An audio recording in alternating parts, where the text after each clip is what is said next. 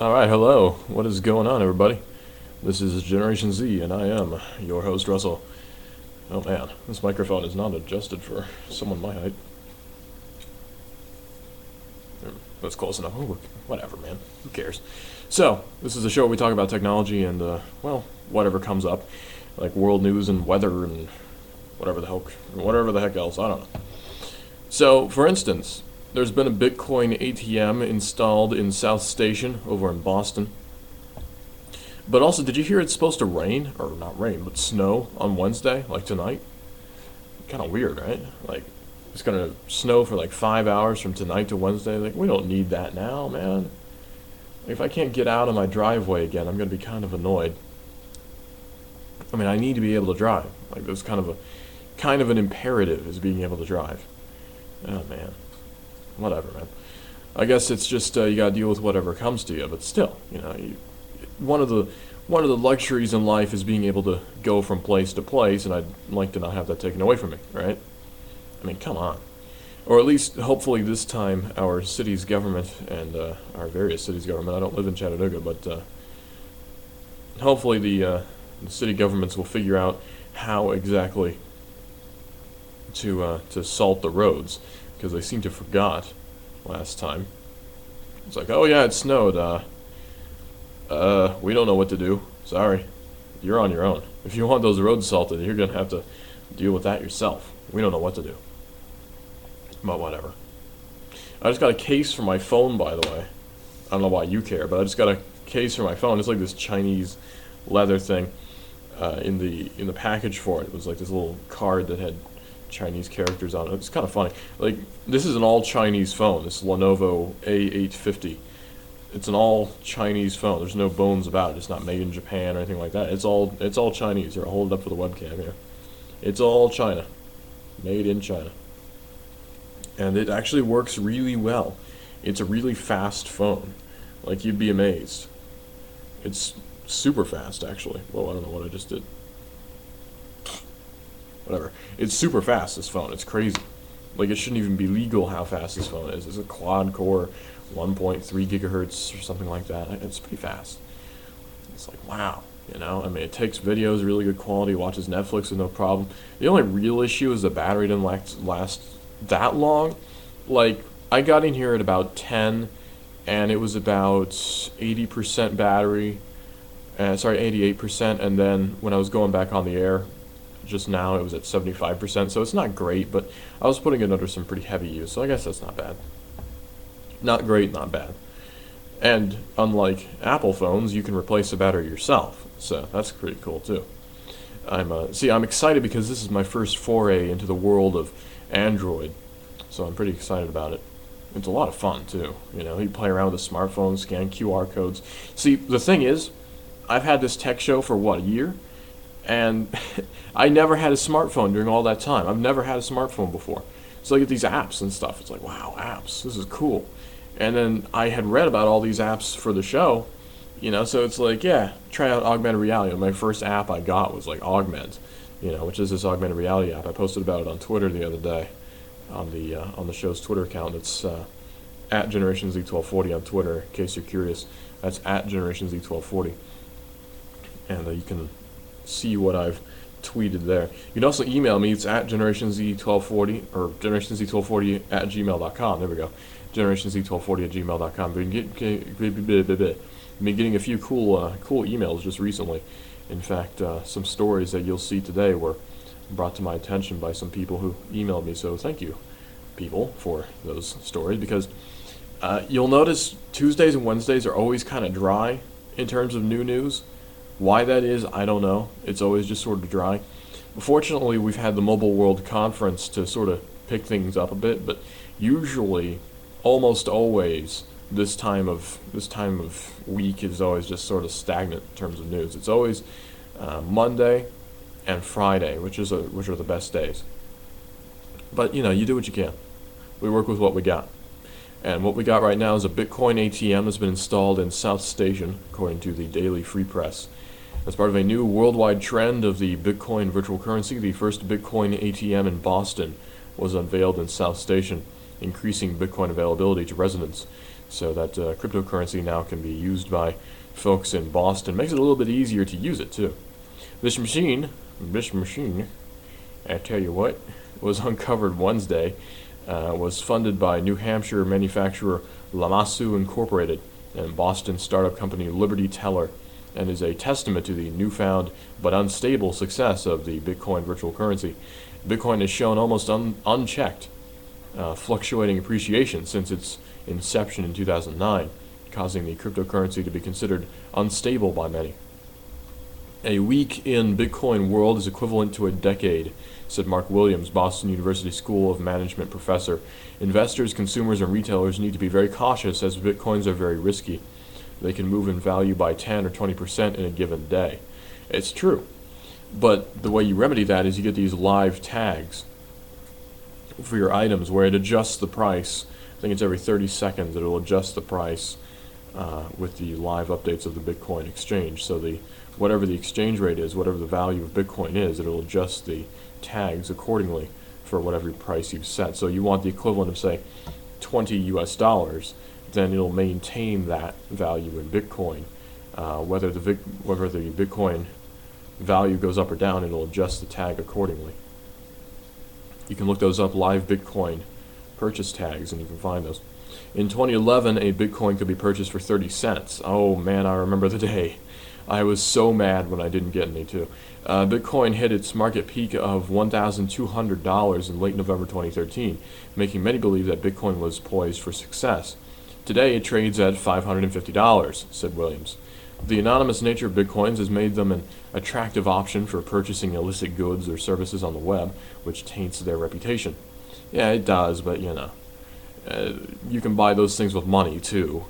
You know what I mean? It's like people are saying, yeah, you can buy illegal things with Bitcoin. And I say, hey, you can buy illegal things with US dollars too. They do it all the time. So it's raised a bit of question regarding Bitcoin now. People are saying, well, maybe this isn't so good. Maybe it's a little bit dangerous. Well, nah, not any more dangerous than any other currency, really. I can't see really anything that makes it any worse than any other currency. I mean, we're not in Star Trek yet, where we don't need to buy things because we've evolved past that. I mean, we're not there yet.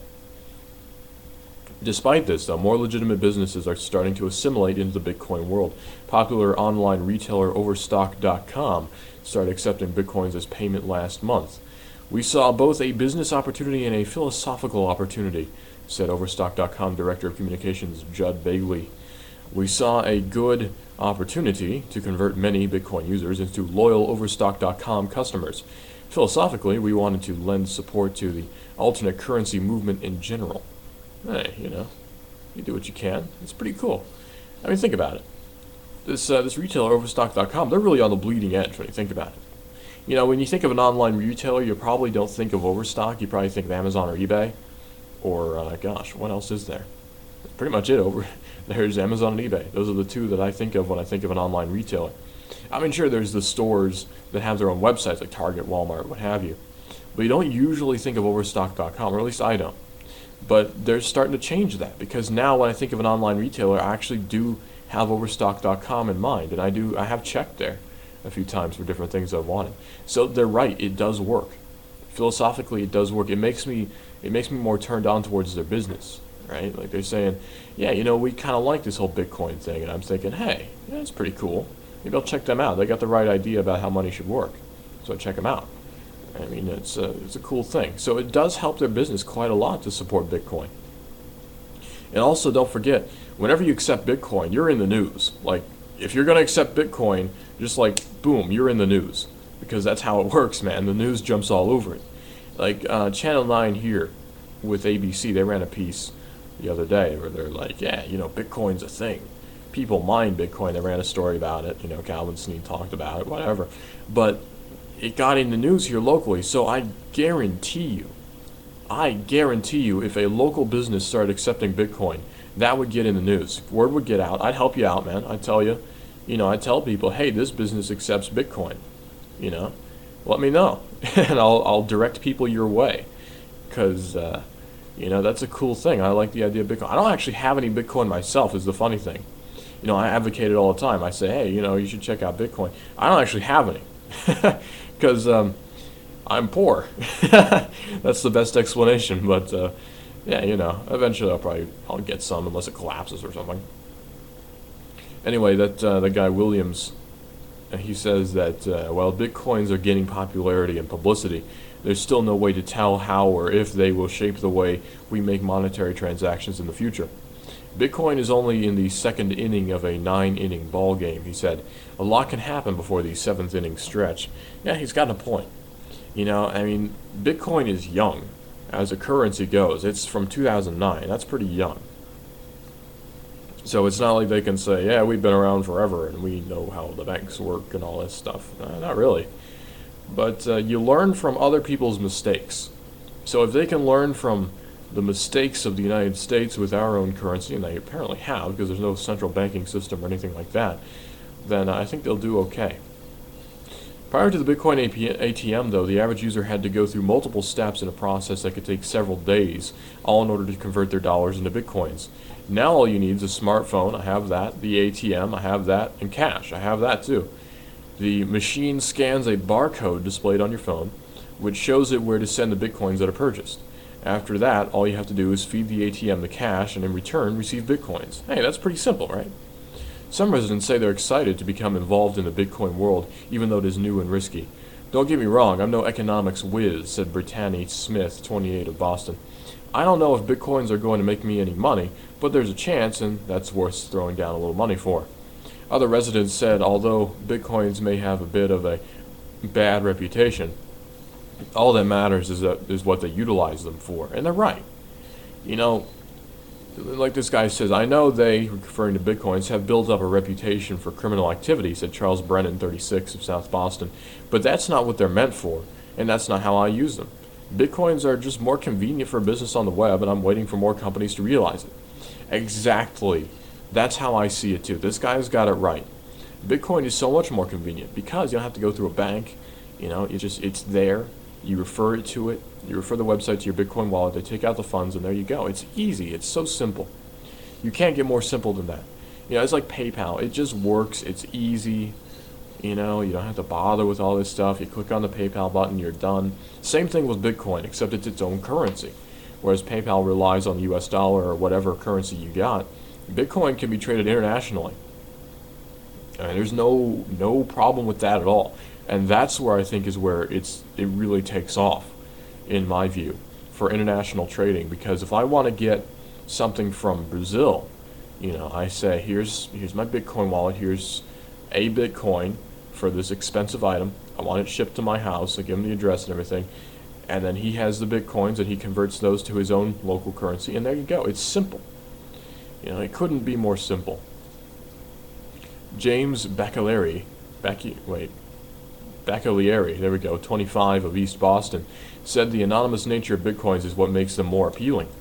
I have nothing to hide. Why do they always say that, But I don't think any establishment, including the government, should have the right to browse my transactions, he said.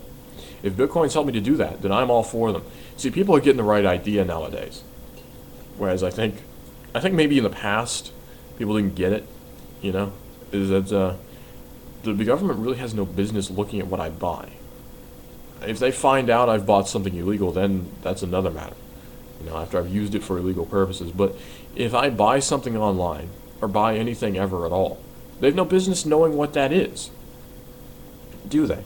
I could go in to Walmart and I could buy a gun. I actually could buy a firearm at Walmart right now, assuming I had the money to do that. Then that's my business. They don't need to know that. I could go to Walmart, buy a pack of gum, and that would be it. They don't need to know that. Nobody needs to know that except for me and the clerk. Maybe the clerk it's not really any of his business if I buy something or what I buy it for, but hey, he's got to do his job. That's just how it is. I don't see why there's any reason for any government notification, we'll say. I go in there and I buy something, that should be it. End of business. I don't have to go through some IRS checklist to make sure I paid all my taxes and go through the FBI watch list to make sure I don't buy it for making, hydrofluoric acid bombs. Hydrochloric acid bombs. Come on. It gets to the point of ridiculousness. And I don't think there should be no government ever. I'm not one of those guys. I'm not an anarchist. I just think that there is a very specific purpose for government, and they've completely outstepped that bound. Completely. It gets to it's the point where it really is like 1984. People make that comparison all the time. But honestly, it really is. They monitor your phone conversations. You say something they don't like, they'll send the FBI after you. You can't say dissenting views on Facebook because they'll remove that. It's just stupid. You got the PC police after you all the time. I mean, come on, guys. It just gets to this point where you just get sort of fed up with it, and you're like, really? Come on. But whatever. This is the world we live in, and we got to do our best with what we got. And what we got right now is a kind of a tyrannical state, not gonna lie. I'm not a huge fan of declaring the state tyrannical, but I gotta say, we're kind of there. It's kind of how it is right now. It's not looking so great. So you got to do the best with what you got, and what we got right now is a kind of a crappy system. So with this crappy system, we gotta work to be good people with it, which isn't easy. We gotta be good folks about it, and you gotta just work with it. Love thy neighbor and all that. But whatever, it's just, this is not a philosophical show where we sit back and around a campfire and say, how to be a good person, But, yeah, it's annoying. Another thing that's kind of annoying, though, is the Department of Defense is being a little bit strange. They're scrapping the A-10. Yeah, no joke, they're scrapping the A-10 to keep the F-35 alive in a new budget. Now, if I'm remembering correctly, the F-35 was not very popular. That was the one that was way overpriced. It cost way, way too much, overpriced. And it was kind of unpopular with pilots, the F-35. Why are they scrapping the A-10? The A-10 is an amazing plane. I'm no Air Force guy. I don't read up on planes that much, but I've seen the A-10. It's a crazy cool plane. I mean, the cannon on it, the Gatling gun, man, it's crazy. It's awesome. When it fires its cannon, it's like brrr. It makes this cool sound. You can't get better than that. I mean, I'd buy one just for the cool sound. It's got the twin jet engines in the back. It's awesome. Man, I would pay a lot of money to have an A-10. If they're scrapping them, maybe they'll sell one to me for cheap, like $100. Hey there, Chuck Hagel. I see you're getting rid of those A-10s. Yeah, listen, I got an offer for you, an offer you can't refuse. Here's $100. Give me that A-10. And I'll fly it to Cuba for vacation. I mean, hey.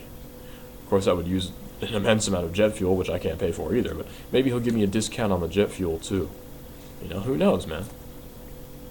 Anyway, though, according to Ars Technica, the Secretary of Defense, Chuck Hagel, is unveiling the Pentagon's proposed budget today. A budget that will dramatically scale back the size of the military. Hey, cool. But in order to save the most sacred of cows and its ongoing modernization efforts, the Pentagon is proposing the elimination of what has arguably been the most effective combat aircraft in the Air Force's inventory, the A-10 Thunderbolt II. Uh-oh. Now the A-10, I did a little bit of reading on the A-10. It can actually still fly when it loses an engine. It's got two engines. It can still fly when it loses one. That's how crazy the A-10 is. It doesn't fly around in circles or anything like that. It can still fly. It's insane. Man.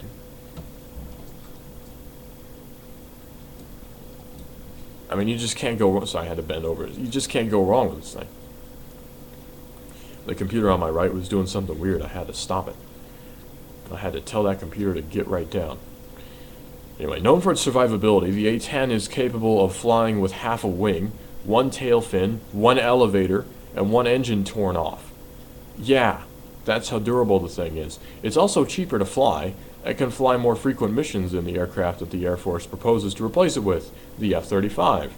But because of its low glamour and low-tech nature, the A-10 is assigned largely to Air National Guard squadrons these days. So with the Department of Defense now planning to reshuffle the roles of reserve and guard units in a shrinking fighting force, the A-10s are an easy target for the budget knife. The Air Force announced in January that it would eliminate a third of the existing A-10s in its inventory, 102 aircraft, with the remainder to go when the F-35 finally arrives for service. The A-10 was originally built in the early 1970s and was designed to combat Soviet tank columns with its enormous 7-barrel 30mm Gatling gun cannon. Known for its pugnacious looks as the Warthog, the A-10 could also carry a variety of guided and unguided weapons, and it proved its usefulness against a wide range of enemies while flying close air support for troops in the wars in Iraq and Afghanistan. The Air Force reported that the 60 A-10s that flew in Iraq had an 86% mission success rate. That's a pretty high success rate. You can't ask for much more than 86% success in a war. Today, there are two arguments for cutting the A-10.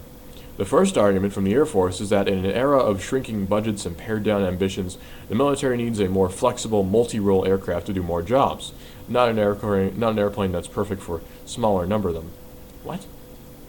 Not an airplane that's perfect for a smaller number of them. Okay, whatever. But considering the troubles that the F-35 has faced and the fact that not a single squadron of any of the variants of the F-35 has yet to be fielded, the wisdom of the Pentagon's aircraft calculus is open to debate. So the F-35 has actually never been flown in combat yet.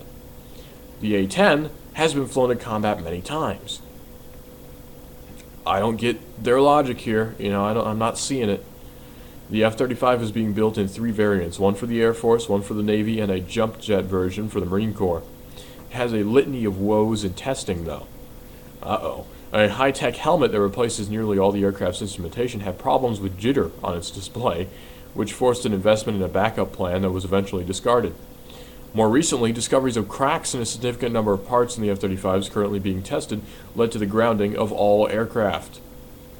Well, a report by J. Michael Gilmore, the DoD's Director of Operational Test and Evaluation, stated that the F-35 is not ready for combat.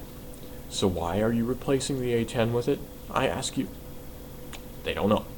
The aircraft's overall suitability performance continues to be immature and relies heavily on contractor support and workarounds unacceptable for combat operations, Gilmore wrote. So the plane has been determined to be completely incapable of flying in combat presently as it is. Why are they replacing the A-10 with it? The second argument against the A-10 is that the close air support mission, once provided almost exclusively by manned aircraft like the Warthog, can now be served more effectively by drones like the MQ-9 Reaper and the Army's MQ-1C Gray Eagle. Yeah, that actually does make sense. Drones can take the role of aircraft that were previously manned. That's true. So yeah, you could cut down A-10 usage for that reason. I could see that. And I'm not a military contractor here. I don't know what I'm talking about when it comes to military stuff. But I'm just using simple logic here. If you got a plane that works almost all the time, 86% of the time, and you're replacing it with a plane that has not been tested in combat, that doesn't make a whole lot of sense to me. What if somebody's being paid off or something? It wouldn't surprise me. While the A-10 can carry more than 4 times the payload in addition to over 1,000 rounds of 30mm ammunition, it can only loiter overhead for about 2 hours before it needs to refuel. So it does have its disadvantages. But that's what you gotta deal with. In just a second, we're going to keep talking about this, though the A-10, there's a few more paragraphs about the A-10. They're talking about the Samsung Galaxy S5, the replacement for the S4. Is it high-tech enough for the present generation? Hold on, we'll talk about this on Generation Z.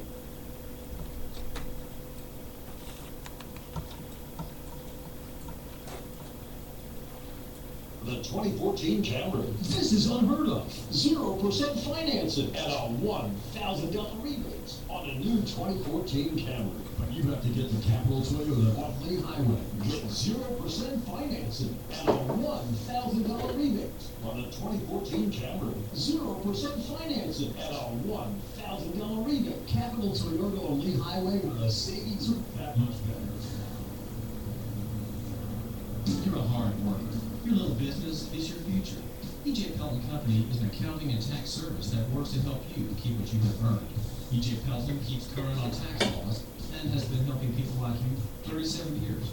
E.J. Pelton has an office on Dayton Pike in Sunny Daisy, open all year to serve you. Think ahead, ejpelton.com. Call 332-3339. That's 332-3339. That's ejpelton.com. Think ahead. You love your hometown. Are you interested in free markets and local economy? Do you hope that Chattanooga can survive the next meltdown, the next chain of disasters in the national economy? What's the best way to live out the ideals of self-government and self-determination? Join me, David Tulis, at Nuganomics.com, weekdays 1 to 3 at 1240 Copperhead AM. Nuganomics.com is the home of Love Your Neighbor, Buy Local. Great slogan.